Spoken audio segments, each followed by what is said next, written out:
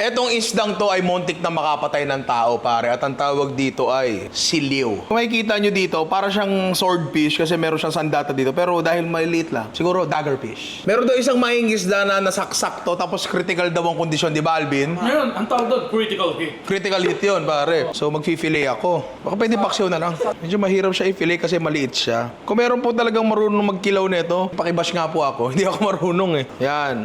Ganyan. Pero feeling ko babanlawan ko muna ng konti ito. Oh, yan. Konti lang muna kasi hindi kami sure eh. First time nga eh. So, simpleng kilaw lang. Bawang, sibuyas. Tapos, paborito na Alvin, luya. Suka. Tapos, asin. Pinakasimpleng kilaw lang. Halu-haluin lang natin. Ano to? Rekta kain na ba to? O lulutuin mo na sa suka? Sige, lutuin muna natin sa suka to. Ayun. Tingnan mo. Mga namang kilawin. Diba? Et yung kilawin nung nagtitinda pa ako sa palengke. Ganito itsura nung kilawin ng mga nagiinuman sa palengke. Oh, the perfect bite.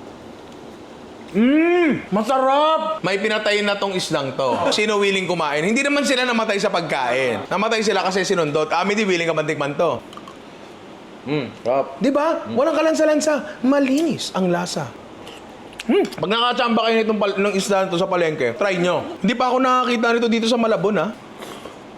Di ba masarap? Galing, ha? Ang ganda, maganda yung texture ng isda. Pangkilaw nga talaga siya. Pangkilaw talaga siya. Try nyo, pare. Ibang klase to.